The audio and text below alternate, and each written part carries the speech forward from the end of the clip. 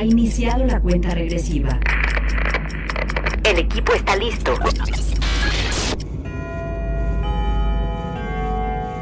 Cronómetro 2020.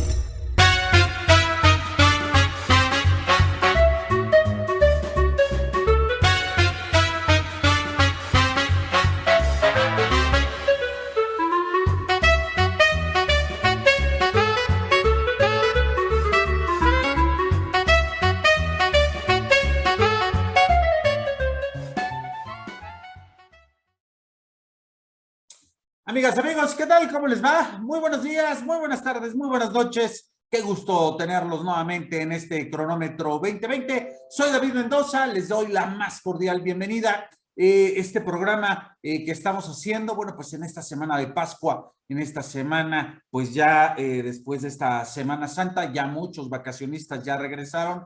Hay gente que ya se está integrando nuevamente a sus actividades diarias. Y otros seguimos afortunadamente todavía con algunos días de vacaciones, pero bueno, pues ya integrándonos sobre todo al análisis a todas las condiciones que bueno, pues nos traen este cronómetro 2020. Me da mucho gusto saludarlos. Soy David Mendoza y me da muchísimo gusto que me acompañen el día de hoy, pues dos de mis compañeros que, bueno, pues tenemos un tema sin duda bastante interesante en el cual, bueno, pues vamos a poder discutir y me da mucho gusto saludar a Rodrigo Castillo. Rodrigo Castillo, ¿qué tal? ¿Cómo te va? Muy buenas tardes. Muy buenas tardes, David. Aquí, como siempre, un gusto estar en cronómetro y hablar de lo que nos apasiona, ¿no? Sí, y estar con el auditorio del Oye, y vaya que sí causó pasión, ¿no? Lo que sucedió hace ya prácticamente una semana.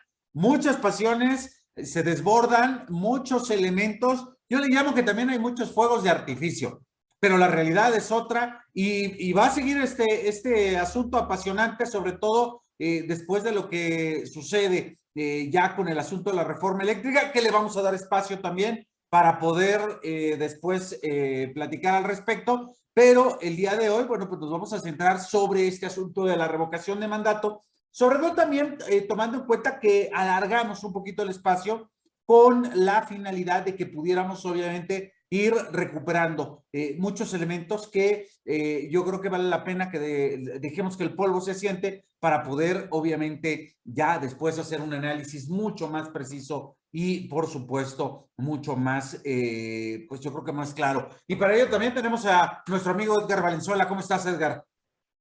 Hola, David. Rodrigo, ¿cómo están? Muy buenas tardes. Encantado de estar con ustedes y pues, desde luego con nuestro auditorio a la hora que nos escuchen. Oigan, amigos, pues habíamos dejado pasar una semana justo para platicar sobre lo que tiene que ver el resultado tan importante que fue este ejercicio de la revocación de mandato.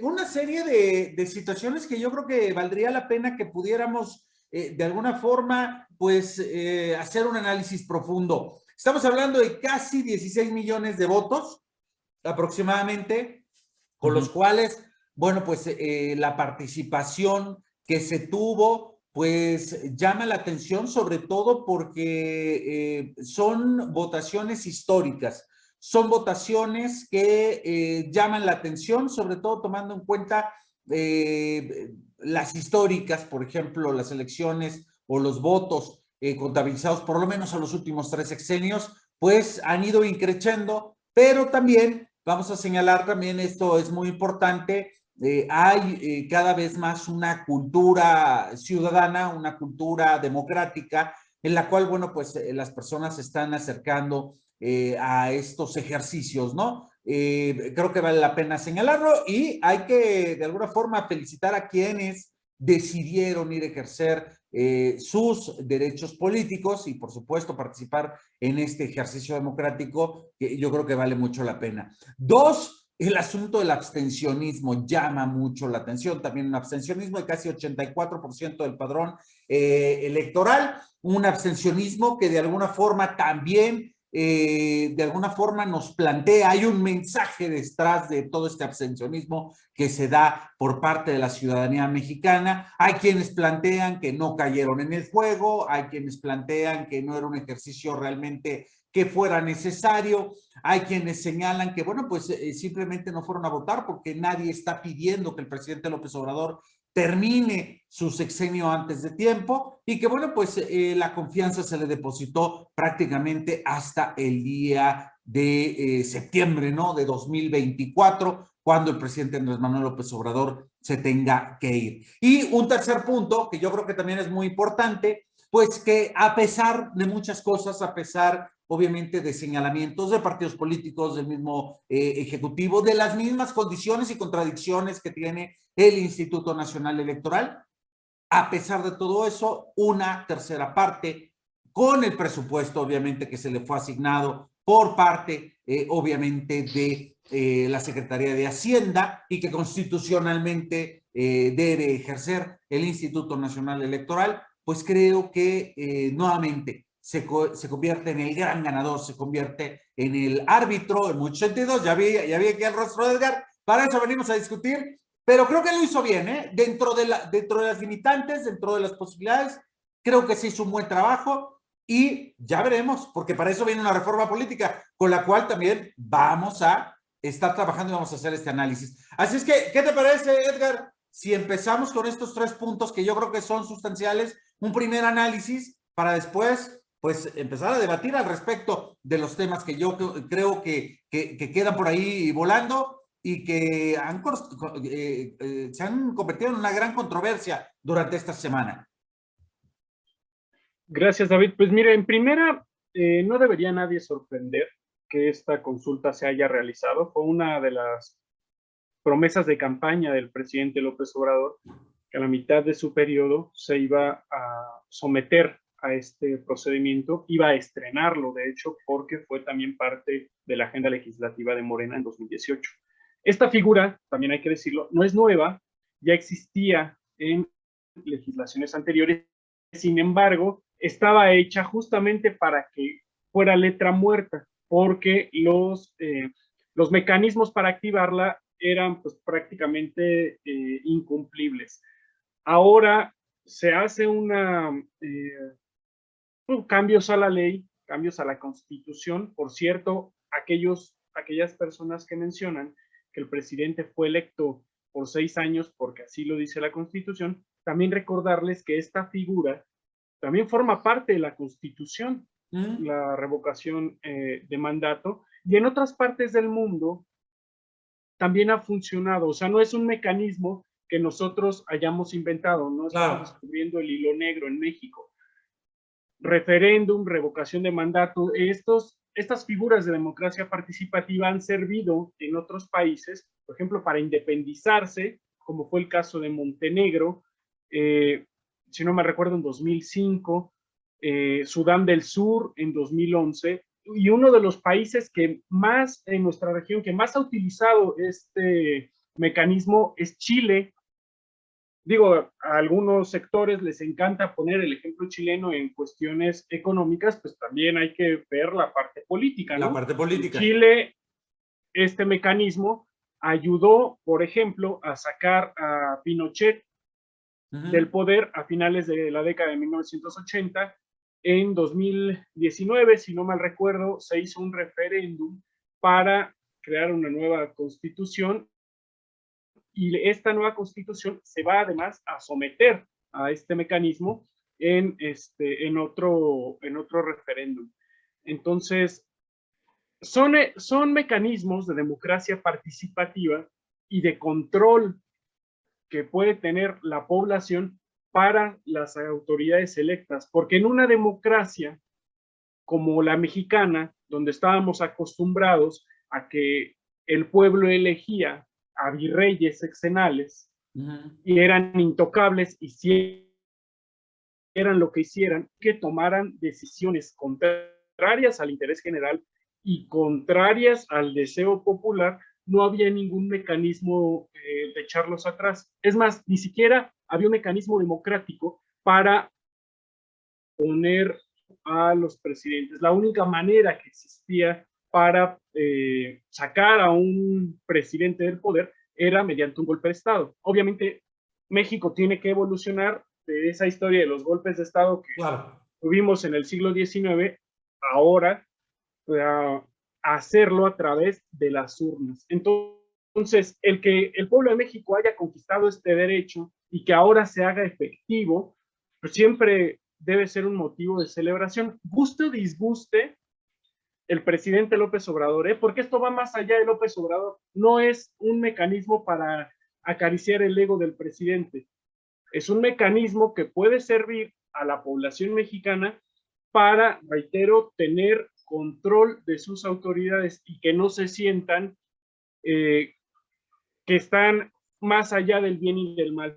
Así es. Oye, Edgar, nada más para apuntalar algo que creo que señalaste y me parece muy interesante. En el caso de Pinochet, obviamente se buscó este ejercicio, sobre todo como para darle una salida al dictador, que ya había envejecido y que de alguna forma, pues, para que no se diera el poder de una forma tan, vamos a llamarla tan a cortagolpe, pudiera tener una salida, ¿no? Entonces, bueno, pues en ese sentido funcionó y está muy bien. Obviamente los detractores hoy se manifiestan más en el asunto de la revocación de mandato que se impulsó en países como Venezuela o Bolivia, sobre todo en términos de que en estos países se pudiera generar, obviamente, lo que se conoce como la famosa reelección. Cosa que en México, bueno, pues ya históricamente se ha tenido como una animadversión hacia este proceso, pero esa es otra, es parte de la misma historia y es parte del mismo contexto en términos de la evolución del sistema político mexicano. Recordemos que allá por los 20, pues con Álvaro Obregón, todavía los espacios de administración federal duraban 4 años. Y, por supuesto, ahí teníamos una bronca después de don Porfirio Díaz con el asunto de la reelección. Y va a ser, si bien creo, Edgar, y si no, aquí me pueden ayudar, creo que ya es hasta con Lázaro Cárdenas, ¿no? Cuando brincamos de los 4 años a los 6 y de ahí ya nos convertimos, vaya, se dan otros 2 años, entre comillas, como para que se pueda afianzar precisamente la administración y no hay ninguna tentación de reelección. Y el último que, solo para redondear tu comentario, David, el último presidente que intenta reelegirse es Álvaro Obregón y acaba asesinado por las mismas facciones revolucionarias que se alzan en contra. O sea, la no reelección fue una de las principales banderas de la Revolución Mexicana y cuando Álvaro Obregón intenta reelegirse, pues él lo... Oye, ¿no? Intenta reelegirse al estilo de don Porfirio, ¿no? Deja que pasen 4 años con Plutarco Elías Calles y después vuelve a presentarse elección. Que ese es uno de los detalles que, bueno, ya tendremos tiempo para hacer luego análisis histórico en este sentido, que creo que también es muy interesante, ¿eh? Y parte, voy a decir algo que seguramente a Edgar no le va a gustar, el mismo Enrique Krauss lo que señala es que el sistema político mexicano nace con el asesinato de Álvaro Obregón y muere con el asesinato de Luis Donaldo Colosio. Rodrigo Castillo. A ver, nada más, antes de que se me vaya la idea, lo del caso chileno fue lo que quisieron evitar fue que sucediera lo mismo que en España, que cuando se muere Franco ya había dejado a Carrero Blanco como heredero y la ETA lo convirtió en astronauta y por eso se vino una mini crisis, ¿no? Entonces, los chilenos quisieron evitar una cosa de esas. Bueno, a ver, hay mecanismos de democracia participativa de distintos niveles. El referéndum es el más acabado, el más estudiado y el que se ha aplicado mejor alrededor del mundo. La revocación de mandatos solamente la utilizan, como bien dijiste, Venezuela, Ecuador, me parece que Nicaragua, y ahora México. Es un grupo muy selecto de democracias que yo describo las 3 primeras como democracias iliberales, ¿sí? Y así lo dicen también los teóricos, ¿sí? Y que solo han servido para apuntalar a dictadores, ¿no? Entonces, si bien podría ser un mecanismo que en algún momento podría servir en México, como está ahorita diseñado, no, ¿sí? Decía Edgar que fue una promesa de López Obrador en campaña, pues fue una promesa y un mecanismo que no era necesario. Hay un mecanismo para cambiar a los presidentes, que es la elección cada 6 años, ¿sí?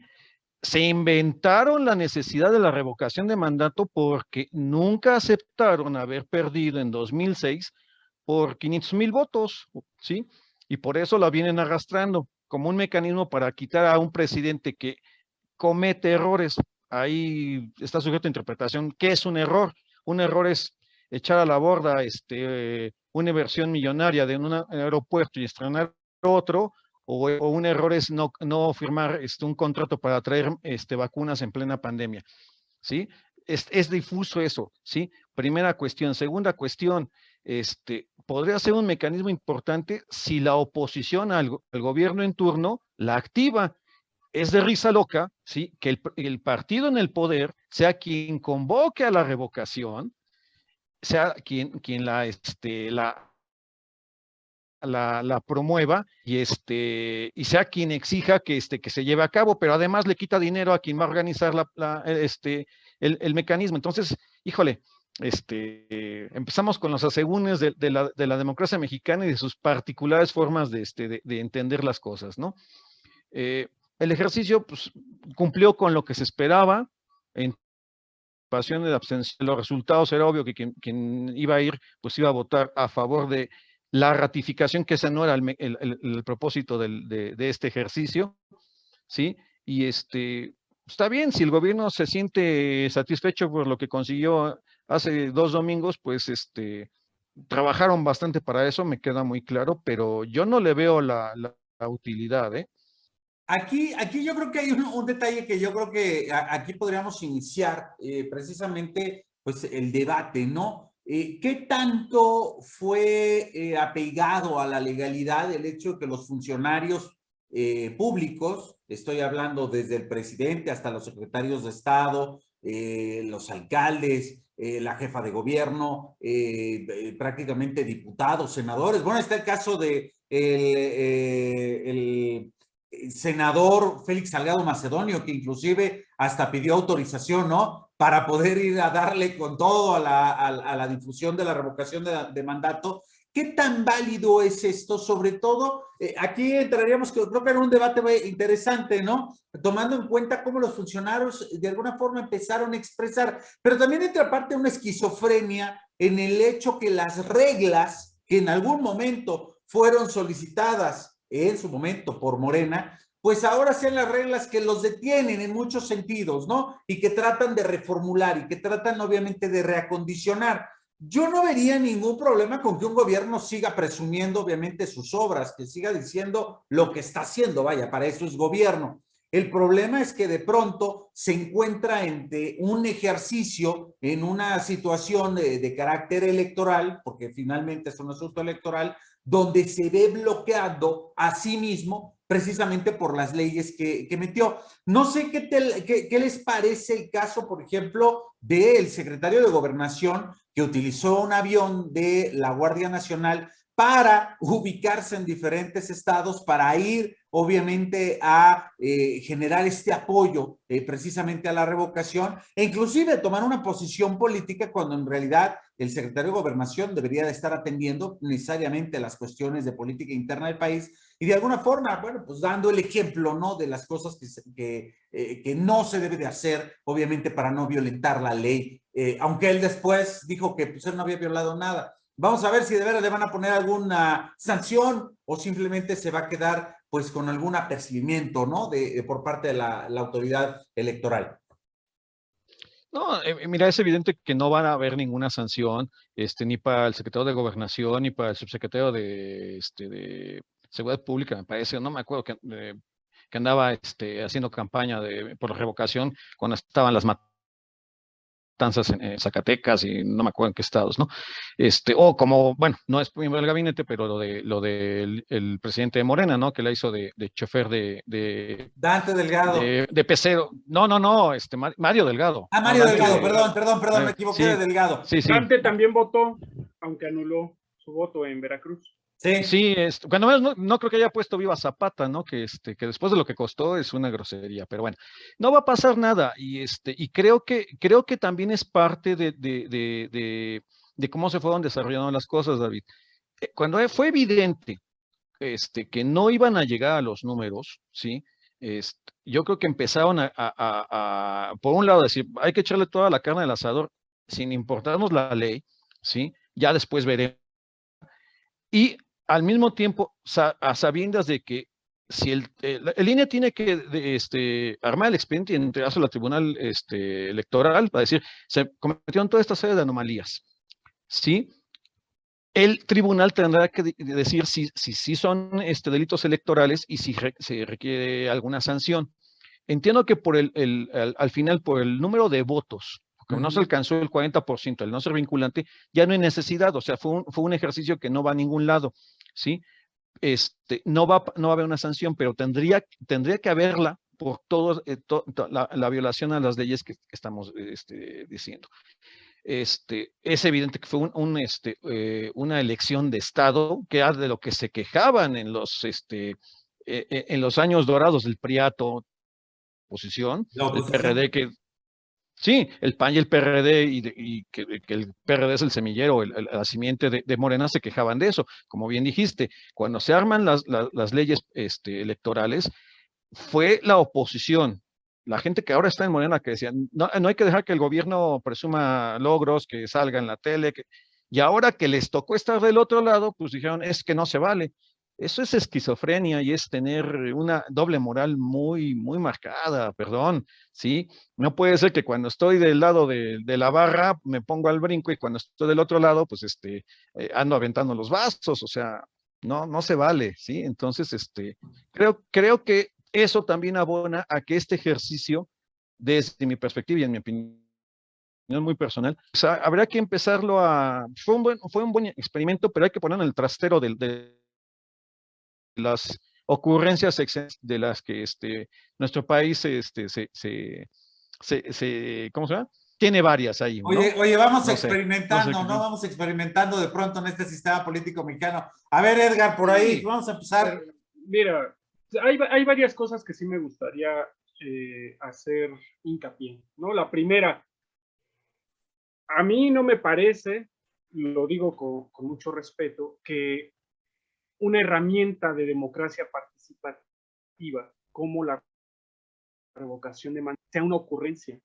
El darle herramientas a la gente para que decida su destino jamás va a ser una ocurrencia ni un gasto inútil. Gasto inútil, el Fobaproa, el rescate carretero, todos estos rescates que se le dieron a los grandes capitales del país, eso sí son gastos innecesarios, porque estamos hablando que el Fobaproa, según proyecciones, va a costar 3 billones de pesos, es decir, 3 millones de pesos. Sí. Los que aprobaron eso, ahora dicen que gastar 1,700 millones de pesos en un ejercicio democrático es tirar el dinero a la basura. Bueno, perdóname, ya no entendí nada, ¿no? O sea, lo que pasa es que realmente en México no vivimos durante muchos años un proceso realmente, o en una democracia como tal. Lo que vimos fue lo que se llama, es un concepto en ciencia política que se llama dicta blanda, en el cual un pequeño grupito decide los destinos del país y solamente le dan una pequeña revolcada de democracia para legitimar las decisiones. Porque, y esto es clarísimo en el tema, por ejemplo, de Carlos Salinas de Gortari con esa sesión con el PAN.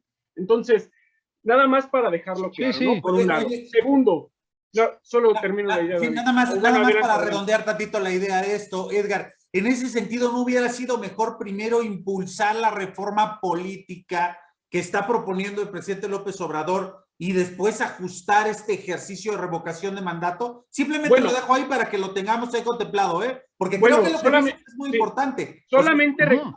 Solamente recordar que este ejercicio se había planteado para la elección de medio término, que fuera en el 2021 se emparejara de una vez, para no hacer, para evitar que el gasto fuera doble. Sí, Edgar, pero a ver, perdón, Edgar. A ver, Edgar, tienes razón, no quieren? Pero hay una cosa, Edgar. Era lo que decían, Rodrigo, que no querían que el presidente López Obrador estuviera en las urnas. Oye, si se la han pasado diciendo desde 2018 que el pueblo de México ya está harto de López Obrador, que la mayoría de la gente ya está arrepentida de haberle dado el voto, y ahora salen con eso. Lo que Por pasa eso, es que Edgar, sabían pero a ver. que no iban a ganar. A ver, Digo, Edgar, no, más no, no, allá a de ver, filias y fobias, a ver, no, sabían no, que no iban a ganar. hablando por de eso se filias y opusieron, fobias, porque los a ver. primeros que empezaron a hablar de la revocación de mandato, les recuerdo, que fue Claudio X González, Gustavo de Hoyos y los líderes de los Sí, partidos de oposición. sí, pero Y quien después, puso cuando eso en vieron que la no le iban a ganar, Constitución, se Edgar, echaron para atrás a y ver, le Edgar, apuntaron a adjudicarse el abstencionismo. quien puso eso en la Constitución fue este presidente. Haciendo una reforma pequeñita, yo coincido con lo que dijo David, si tenía los votos y tenía todo el capital democrático, político al inicio del sexenio, pues impulsó una reforma constitucional de gran calado. ¿Qué fue lo primero que llegó a decir? No va a haber reformas constitucionales hasta después de los primeros 3 años, lo cual es un error. Pero bueno, primera cuestión. Segunda cuestión, ¿sí? Es un principio básico de derecho. Cualquier estudiante que haya estado en la Facultad de Ciencias Políticas de la UNAM, un año tomando clases, sabe que ninguna ley puede ser retroactiva. No es retroactiva Querían la ley, poner la no estás revocación juzgando a Peña Nieto o a Calderón. No, el presidente quiere poner la revocación de mandatos excesivamente a ella. No puede ser, o sea, por favor, Edgar, Ahí, insisto, no. cualquier estudiante en el primer año de ciencias. Perdóname, hablando está de bien, cuestiones de derecho y demás, creo que los ministros es la misma corte que dijo que la ley de la industria eléctrica no es constitucional, pero sí es inconstitucional, entonces. Validaron la consulta. Está bien. Y ya se llevó a cabo, qué bueno. Entonces, ya se llevó a cabo. Entonces no hablemos de este tipo de cosas que son ilegales, que demás. No, yo no dije, estoy diciendo que es una tontería, pero bueno, está bien. Vamos al segundo punto, Edgar. Vamos a tu segundo punto. Creo que ya discutimos esta parte. Vamos al segundo punto. El tema del INE. A ver, mira, podemos estar en favor o en contra del presidente, de si el INE debe cambiar o no, pero la actitud que tomó Lorenzo Córdoba y Ciro Murayama, que tomaron, mejor dicho, Lorenzo Córdoba y Ciro Murayama, no abona en nada a esta imagen de imparcialidad del Instituto Nacional Electoral, que ellos como dos de los, o mejor dicho, como los dos personajes más mediáticos de este instituto, no pueden tener, o sea, Ciro Murayama no puede salir a adoptar el mismo discurso que adoptó la oposición unas horas después de haber cerrado la casilla, porque entonces solamente le está haciendo el juego a sus detractores, al presidente, a Morena, a todos aquellos que señalan al INE de ser un instituto faccioso y tomado por grupos de poder. Porque ¿qué dijo Ciro Murayama?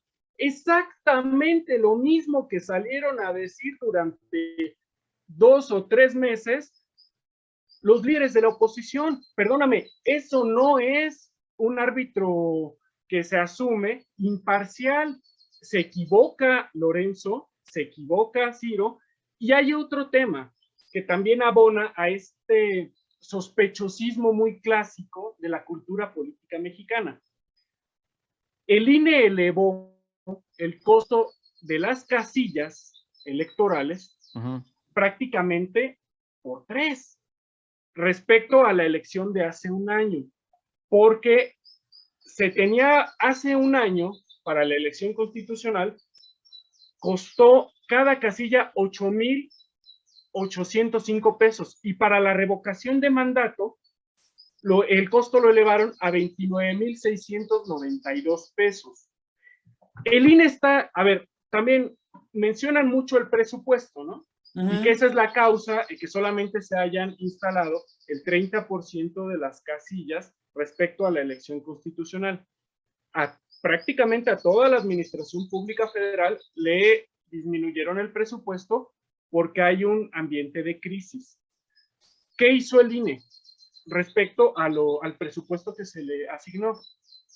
Generó un plan de austeridad republicana, cortó sus gastos superfluos, realmente eficientó el presupuesto que tiene. No, al contrario, se fueron a amparar para seguir ganando la millonada que ganan y que no les aplicara la ley de La ley donde no puede ganar más que el presidente, Edgar. Pero también favor, eso, a ver, también eso es una falacia, ¿eh? No, no es ninguna falacia, David, porque no. Los consejeros alcanza para el resto de las cosas. No, perdóname, David, pero no es una falacia que en un país donde tienes a 60 millones de pobres, donde estás enfrentando una de las mayores crisis económicas y de salud en un siglo, sin duda, siga existiendo una casa el problema que es gana en la sociedad pesos al mes. más sospechosa en las elecciones. 300 veces lo que gana un trabajador mexicano promedio. Desde la Constitución,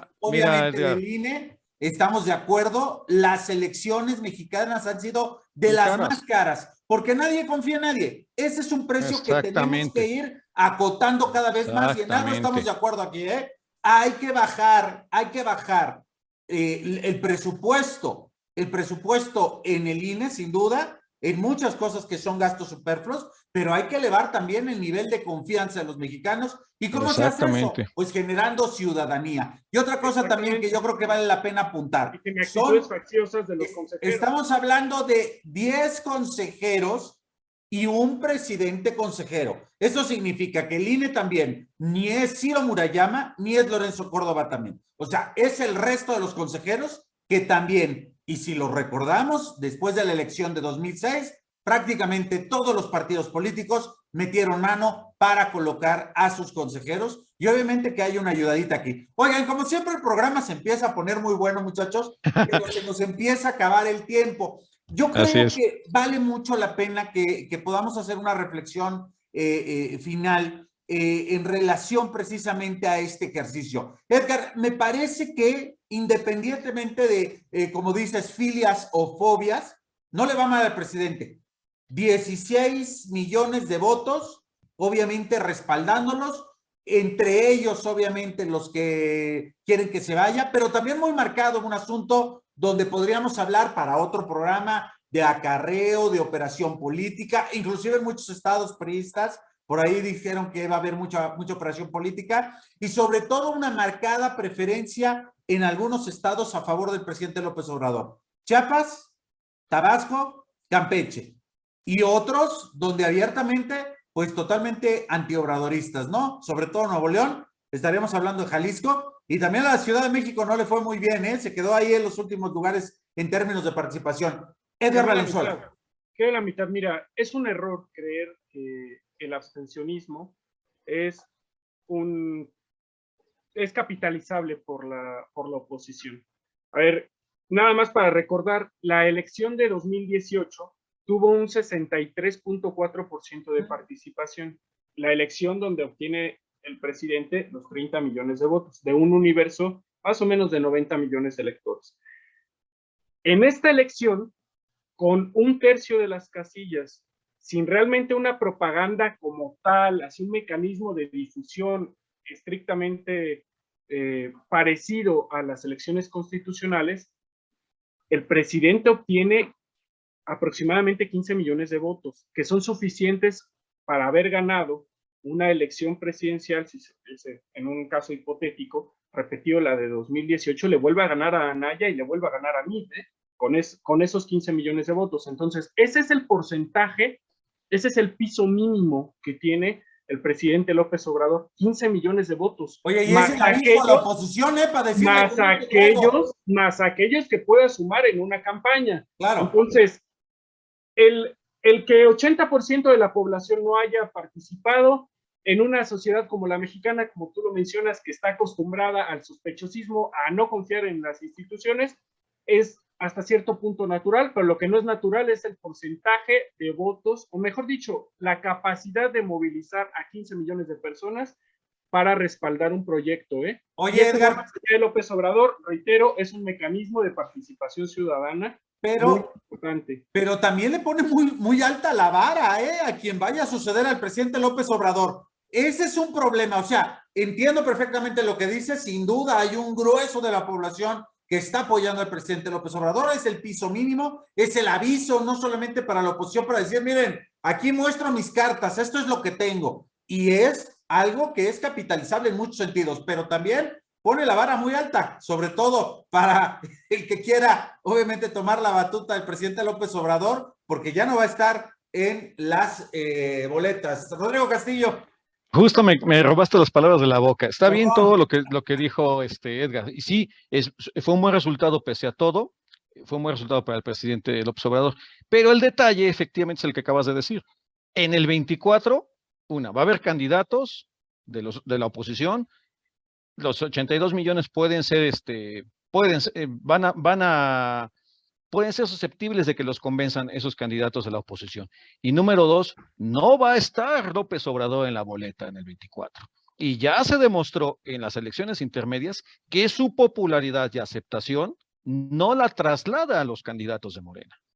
Entonces, está bien, son 15 millones, pero esos 15 millones pueden disminuir también, se pueden fragmentar, ¿sí?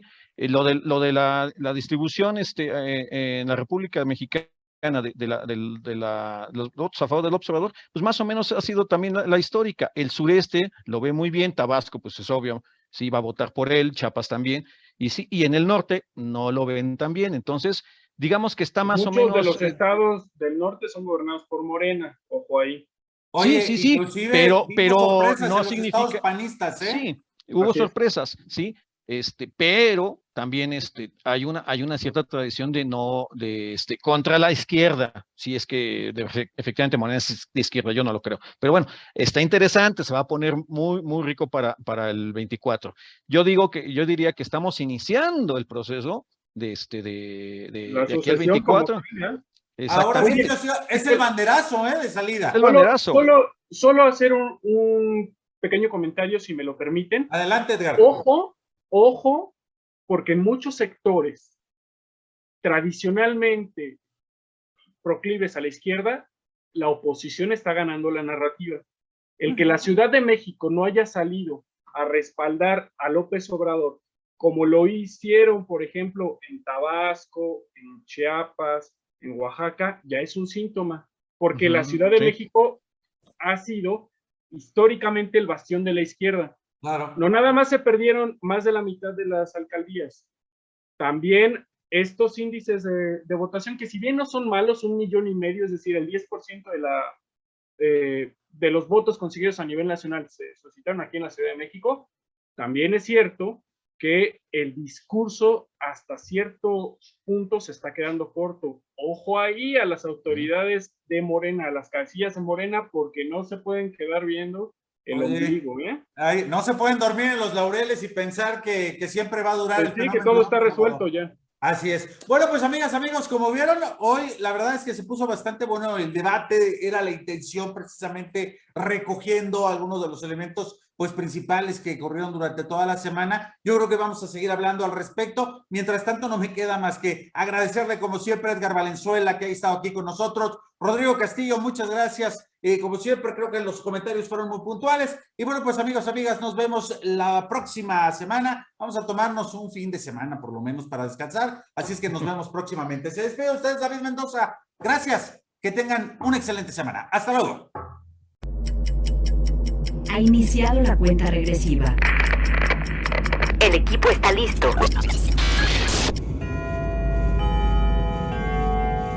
Cronómetro. 2020.